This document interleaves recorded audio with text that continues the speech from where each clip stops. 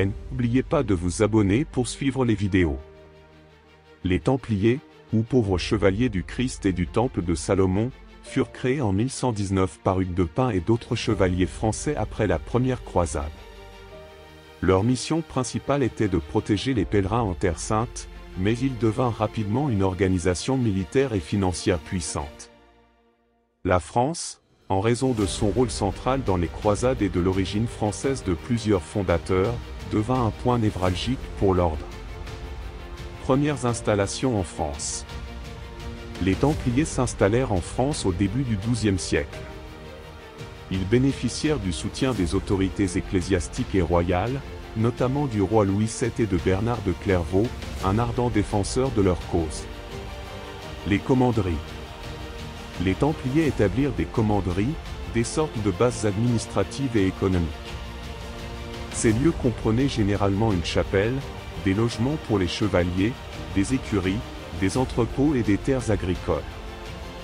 Les commanderies servaient à former les chevaliers avant leur départ en Terre Sainte, collecter et gérer des fonds pour financer les croisades, servir de refuge et d'étape pour les voyageurs.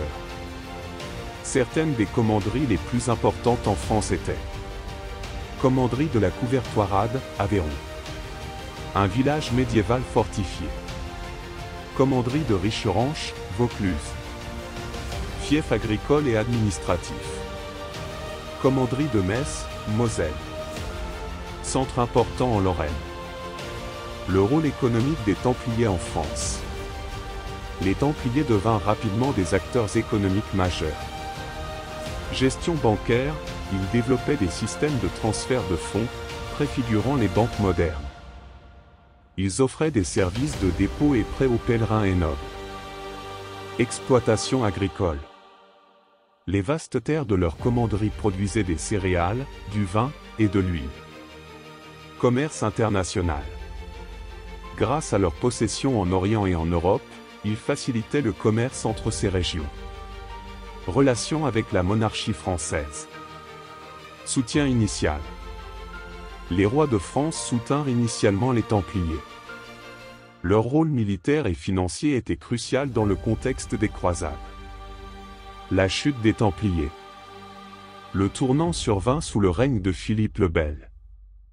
Endetté envers l'ordre et jaloux de leur richesse et de leur indépendance, il orchestrera leur chute. 1307, arrestation massive des Templiers en France, sous l'accusation d'hérésie et de pratiques occultes. 1312, l'ordre est officiellement dissous par le pape Clément V. 1314, Jacques de Molay, le dernier grand maître, est brûlé vif à Paris. Patrimoine des Templiers en France aujourd'hui. Vestiges architecturaux. De nombreuses commanderies subsistent en France, témoins de leur présence. La commanderie d'Arville, Loir-et-Cher. Un site bien préservé avec musée. Les tours de Salard-Buissonnat, Rhône. Vestiges d'une forteresse templière. Héritage culturel. Les mythes et légendes autour des Templiers sont profondément ancrés dans l'imaginaire collectif français, alimentés par des récits comme ceux sur leurs trésors cachés ou leur influence mystérieuse. L'installation des Templiers en France et à Paris. Depuis les origines. L'histoire des Templiers en France, et notamment leur ancrage à Paris, est étroitement liée à l'essor de cet ordre militaire au début du XIIe siècle. Leur présence dans la capitale a marqué leur puissance et leur influence, notamment à travers des réalisations majeures. Origine des Templiers en France. Après leur création en 1119 à Jérusalem par Hugues de Pint, l'ordre des Templiers se développa rapidement grâce au soutien des monarchies européennes, et particulièrement de la France. En 1129, lors du Concile de Troyes, l'ordre reçut une reconnaissance officielle de l'Église, soutenue par saint Bernard de Clairvaux. Pourquoi la France? Origine des fondateurs. Hugues de Pint et plusieurs des premiers Templiers étaient français. Rôle des croisades. La France fut un acteur majeur des croisades, avec de nombreux nobles et chevaliers engagés, qui virent en l'ordre une cause noble.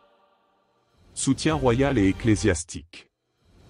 Les rois de France et les grands seigneurs offraient aux Templiers des terres et des donations, convaincus de leur utilité pour la chrétienté. Première commanderie. Les premières installations en France furent des commanderies dans des zones stratégiques pour le commerce, l'agriculture et le passage des pèlerins. En Bourgogne, région d'origine de Hugues de Pin.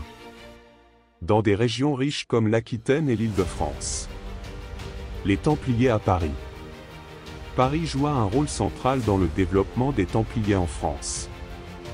Leur présence dans la capitale reflétait leur puissance financière et politique. L'enclos du Temple. L'installation emblématique des Templiers à Paris fut l'enclos du Temple, situé dans l'actuel 3e arrondissement. Cet espace devint l'un des plus importants sièges de l'ordre en Europe occidentale. Fondation. L'enclos fut établi dans les années 1140, lorsque les Templiers reçurent des terres à Paris. Il s'étendait sur plusieurs hectares, dans une zone alors en périphérie de la ville médiévale. Architecture. Tour du Temple. Une imposante forteresse quadrangulaire construite au XIIe siècle, avec des murs épais et des tours. Elle servait de résidence pour les dignitaires et de lieu de dépôt pour les trésors. Église. Une église templière fut construite sur le modèle de celle du Saint-Sépulcre à Jérusalem. Des bâtiments annexes comprenaient des logements, des écuries et des entrepôts. Rôle économique et politique. L'enclos devint un centre bancaire majeur. Les rois et les nobles y déposaient leurs richesses, confiant dans la rigueur des Templiers. Philippe Auguste, par exemple, utilisa l'enclos pour stocker le trésor royal avant de partir en croisade. Les Templiers y géraient aussi des transferts de fonds pour financer leurs opérations militaires. Voir les précédentes vidéos. L'apogée et la chute à Paris. Soutien royal et prestige. Les Templiers à Paris jouissaient de privilèges fiscaux et judiciaires. Ils étaient indépendants des autorités locales, ce qui les rendait très influents. Leur forteresse, au cœur de la ville, symbolisait leur puissance. Déclin et arrestation. Contexte. En 1307, Philippe le Bel, lourdement endetté envers l'ordre et désireux de s'approprier leurs richesses, lança une campagne de répression. Le vendredi 13 octobre 1307, les Templiers furent arrêtés en masse en France, y compris à Paris. Procès. Les dignitaires templiers furent emprisonnés à Paris. Jacques de Molay, le dernier grand maître, fut détenu dans la tour du Temple. Après un procès pour hérésie orchestrée par le roi et l'Inquisition, Jacques de Molay fut brûlé vif en 1314 sur l'île aux Juifs, près de Notre-Dame. Après la dissolution. L'enclos du Temple passa aux Hospitaliers après la dissolution de l'ordre en 1312. Pendant la Révolution française, la tour du Temple fut utilisée comme prison. C'est là que Louis XVI et sa famille furent détenus avant leur exécution. Vestiges et mémoires des Templiers à Paris. Malheureusement, très peu de vestiges de l'enclos du Temple subsistent aujourd'hui, mais son souvenir est omniprésent dans la toponymie et l'histoire de Paris. Site lié aux Templiers à Paris. Place du Temple. Située dans le 3e arrondissement, elle rappelle l'emplacement de l'enclos. Square du Temple. Un espace vert situé à proximité de l'ancien enclos. Héritage culturel. Les légendes autour du trésor des Templiers et de la tour du Temple restent vivaces. L'image des Templiers à Paris est souvent associée à leur mystère, leur pouvoir et leur chute tragique. Jérusalem sous les croisés. Fondation des Templiers. L'ordre des Templiers fut fondé dans le contexte de la première croisade, 1095 à 1099, qui aboutit à la prise de Jérusalem en 1099. L'objectif principal de l'ordre était de protéger les pèlerins chrétiens se rendant dans la ville sainte, devenue un royaume croisé. Rôle en Terre sainte. Les Templiers établissent leur quartier général sur le site de l'ancien temple de Salomon, d'où leur nom, à Jérusalem. Ils deviennent des acteurs militaires essentiels, participant aux batailles contre les forces musulmanes, notamment sous Saladin. Expansion. Les Templiers se structurent rapidement grâce au soutien des monarques européens et à des donations massives de terres et de richesses. Jérusalem reste leur base spirituelle et stratégique jusqu'en 1187. La perte de Jérusalem, 1187. En 1187, la bataille de Hattin marque un tournant. Saladin inflige une défaite majeure aux croisés et reprend Jérusalem. Conséquences immédiates. Jérusalem est perdue pour les chrétiens. Les Templiers se replient vers les autres forteresses croisées, notamment à Saint-Jean d'Acre. Saint-Jean d'Acre comme nouvelle base. Après la chute de Jérusalem, Acre devient le principal bastion des Templiers en Terre Sainte. Ils renforcent leurs fortifications et continuent de jouer un rôle clé dans la défense des États latins d'Orient. Chute définitive en Terre Sainte. En 1291, après des décennies de résistance, Saint-Jean d'Acre tombe à son tour aux mains des Mamelouks. Cet événement marque la fin des États croisés en Terre Sainte. Fuite précipitée. Les Templiers et autres ordres militaires évacuent leur position dans la panique. Ils trouvent refuge sur l'île de Chypre, dernier vestige chrétien proche de la Terre Sainte. Impact stratégique. La chute de Saint-Jean d'Acre prive les Templiers de leur mission principale.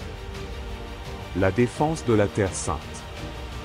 Leur raison d'être est mise en question, alors que les croisades s'essoufflent et que l'idée de reconquérir Jérusalem devient de plus en plus illusoire.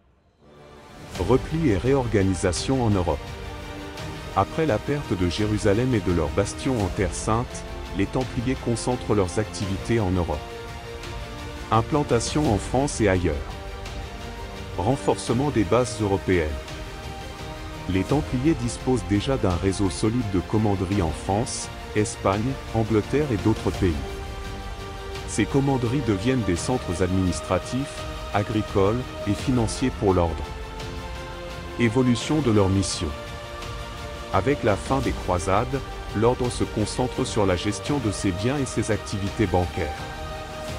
Les Templiers continuent d'entraîner des chevaliers pour une éventuelle reconquête, mais leur rôle devient de moins en moins militaire. La crise de légitimité. Pourquoi leur chute était inévitable?